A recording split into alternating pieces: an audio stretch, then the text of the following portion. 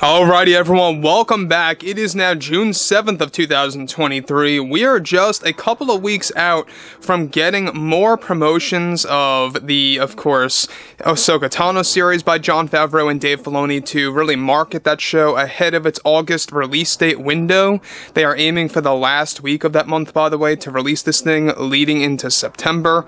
And given that we also have people out there like Kathleen Kennedy, who is still heavily promoting Indy 5, the Dial of Destiny, to this day, there's a lot of problems that have been arising out of what's been happening behind the scenes for Indy 5, so let's get into it.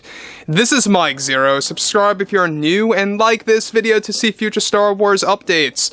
I'm also on Twitter at Mike01. I thank you all so very much for the great and kind support, and without further ado, let's get right into exactly what's going on with Kathleen Kennedy and what she did with the Indy 5 ending. Now, we know that there were a total of 4 Indy 5 endings shot, one of which had 2 variants, but counting as the same ending per se. We're going to be talking about that as well. But what's interesting about the Dial of Destiny is that we know that coming out of Cannes Film Festival a couple of weeks ago, a lot of critics were saying the magic was gone and the thrill was non-existent, all these terrible things about the movie. And the latest that I believe really just goes to show you how disrespectful Kathleen Kennedy really is to the hardcore Indiana Jones fans, comes up with this recent development.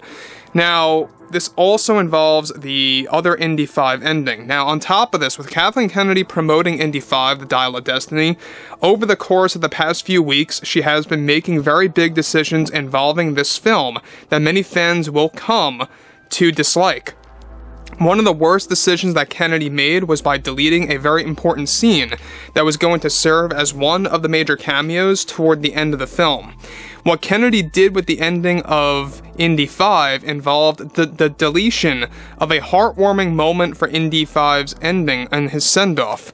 Lucasfilm and ILM previously teamed up together to digitally recreate Henry Jones himself, modeled after archived footage of the late Sean Connery, where ILM was going to use brand new deepfake technology. Now, the scene involved Indiana stepping into a biplane, starting up the engine and lifting off the runway into a sunset.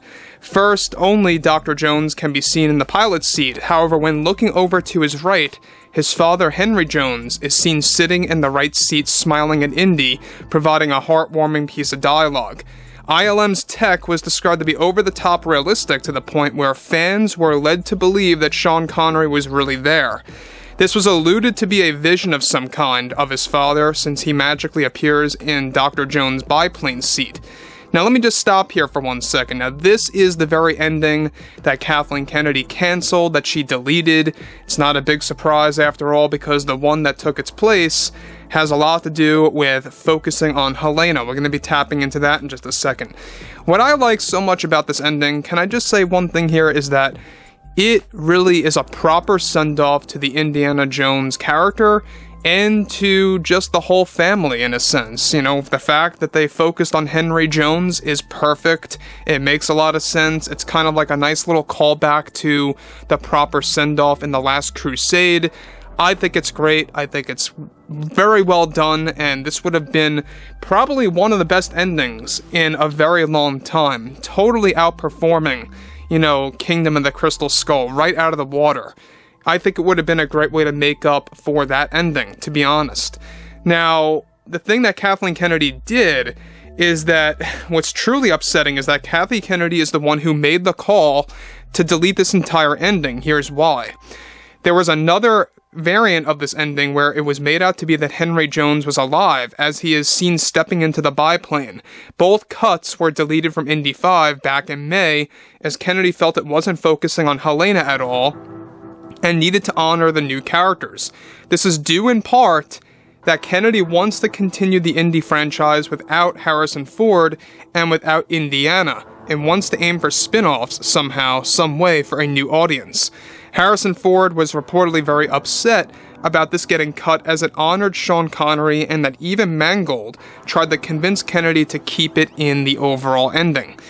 Now look, this is probably the worst thing that anybody could have done to a movie franchise, because at the same exact time, not only is it a very well-written ending and how it's a proper send-off to Indiana Jones, it has all the great themes. It's got a nice sunset, it's got a biplane, it's got his father looking to his son and smiling and providing a short piece of heartwarming dialogue, and then you have the iconic Indiana Jones theme as you see and hear the biplane going into the distance, into the sunset, and eventually vanishing before the credits roll. That was basically one of the big endings that Lucasfilm and James Mangold were set on, until Kathleen Kennedy decided, let's get rid of this, let's cut this out, because it's not honoring Helena and the other new characters, which I find to be honestly quite disgraceful in a way, because when you look at stuff like this is a proper send-off. This is the type of ending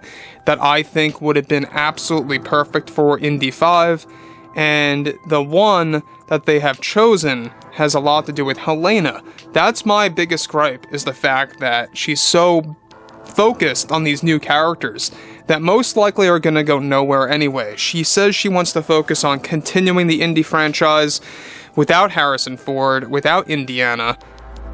It makes no sense. Who's going to watch that? Who's going to watch, for example, like a spin-off of Indiana Jones and how it focuses on Helena or some of the other new characters? I don't believe it's going to take off. This is one major reason why the Indiana Jones TV show, by the way, was canceled behind closed doors by Lucasfilm, and how they are strictly focusing on Star Wars now. It's also why they canceled Willow, because that was also a bomb. It really did not perform well on Disney+, let's be honest here. So, look, it's no different than Star Wars. I mean, even Kathleen Kennedy deleted a very good send-off for the Skywalkers at the very end of Episode 9. We were supposed to have Force Ghosts actually being seen on Exegol helping out Rey. We were supposed to have Ben Solo live, walking into the sunset with Rey, surviving, keeping one of the Skywalkers alive and well, to really kind of create a proper opening for possibilities down the road. Kathleen Kennedy did not want that. That's what J.J. Abrams wanted. He wanted to keep Ben Solo alive. He was very vivid about that, and they deleted that.